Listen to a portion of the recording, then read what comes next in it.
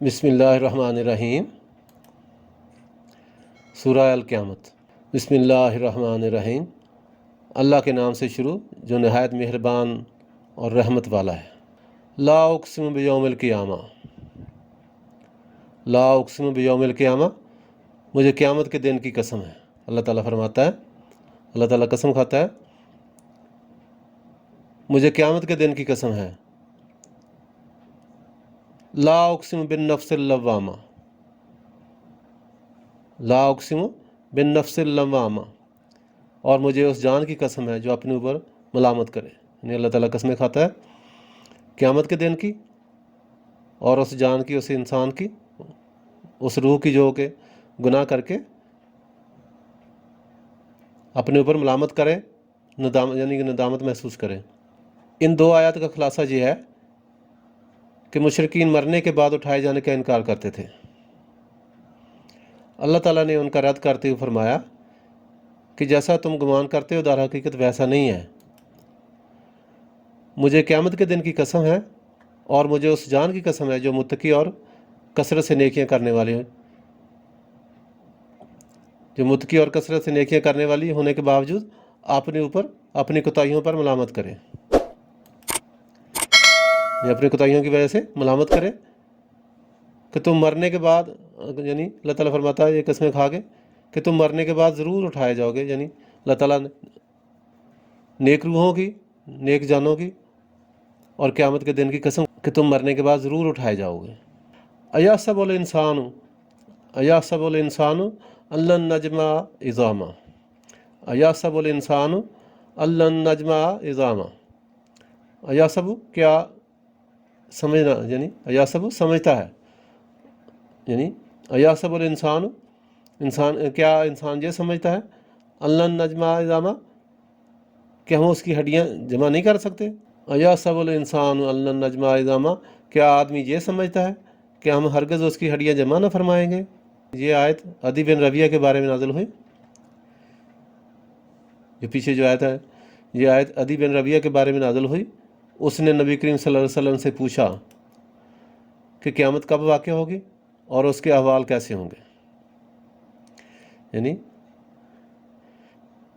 ایک مشرک تھا، اس نے رسول اللہ صلی اللہ علیہ وسلم سے پوچھا کہ قیامت کب واقع ہوگی اور اس کے احوال کیسے ہوں گے، یعنی اس نے کس طرح کے واقعات ہوں گے، قیامت کب واقع ہوگی اور اس کے احوال کیسے ہوں گے۔ تو نبی کریم صلی اللہ علیہ وسلم نے اسے بتایا، تو اس نے کہا اگر میں قیامت کا دن دیکھ بھی لوں تو بھی نہ مانوں اور آپ پر ایمان نہ لاؤں۔ یعنی اس نے اتنا تکبر کیا اور اس نے کہا کہ اگر میں قیامت کو دیکھ بھی لوں گا تو پھر بھی نہیں مانوں گا اور آپ پہ پھر بھی ایمان نہیں لاؤں گا، کہ کیا اللہ تعالیٰ بکھری ہوئی ہڈیاں جمع کر دے گا۔ یعنی مرنے کے بعد ہڈیاں بکھر جاتی ہیں ہر چیز، تو کیا اللہ تعالیٰ ان ساری بکھری ہوئی ہڈیوں کو جمع کر کے دوبارہ انسان کو پیدا کر دے گا۔ تو اس نے کہا میں بالکل اس پہ ایمان نہیں لاؤں گا۔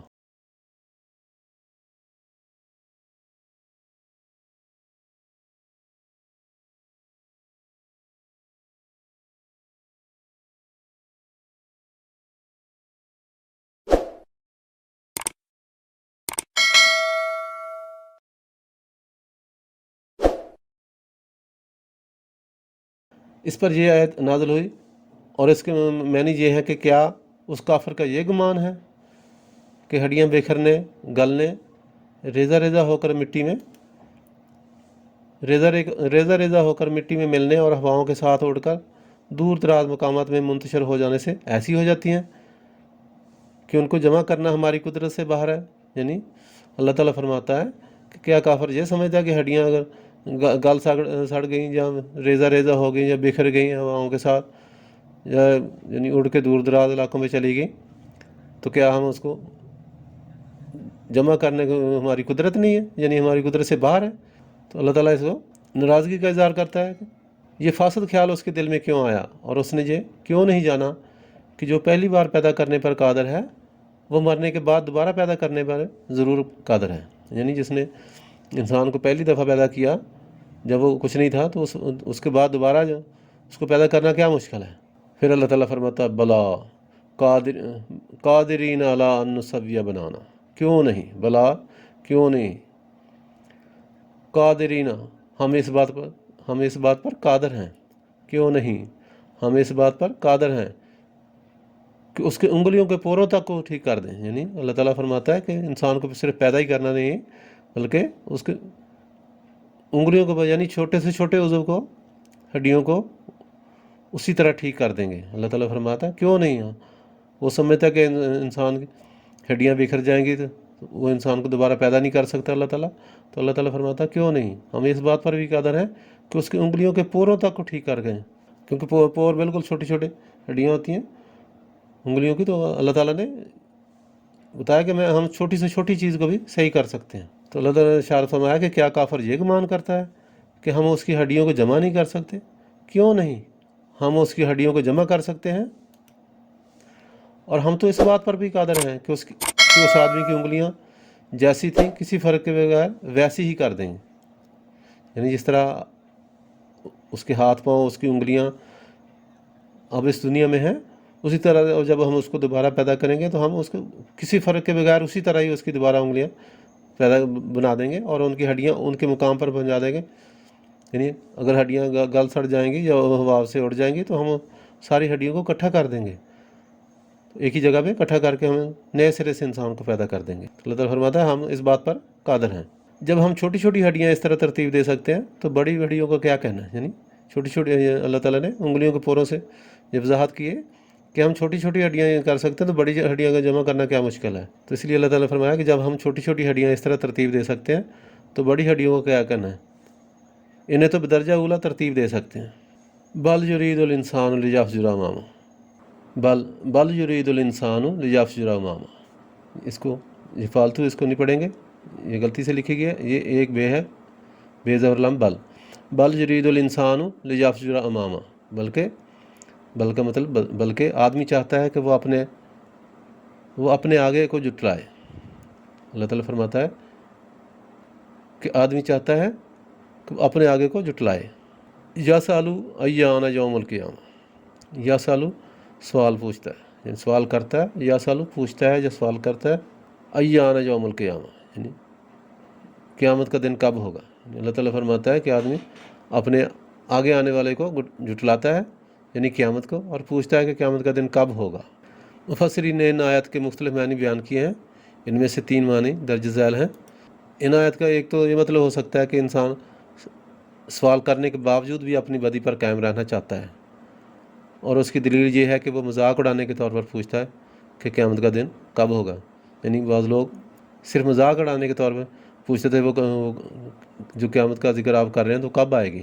तो एक तो इसका ये मतलब हो सकता है कि वो अपने बुरे कामों पे, यानी इंसान जो है वो अपने बुरे कामों पे कायम रहना चाहता है और मजाक के तौर पर पूछता है कि क़यामत का दिन कब होगा, यानी क़यामत कब आएगी। दूसरे नंबर पे ये भी मतलब हो सकता है, हज़रत अब्दुल्ला बिन अब्बास रज़ियल्लाहु तआला अन्हुमा ने फरमाया कि इस आयत के मानी ये भी हो सकते हैं कि आदमी मरने के बाद उठाए जाने और क़यामत के दिन हिसाब होने को जुटलाता है।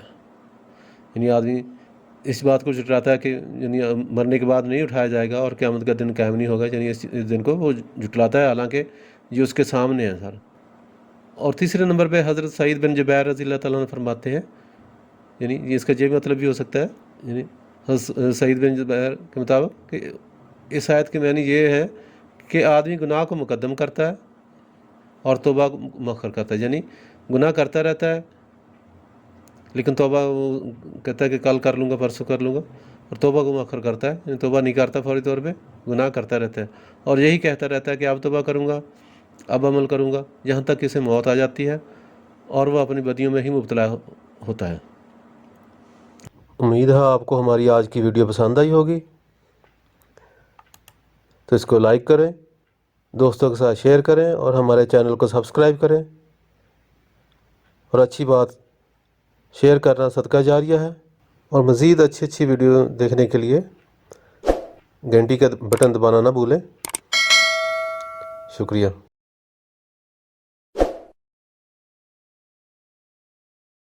बिस्मिल्लाहिर्रहमानिर्रहीम।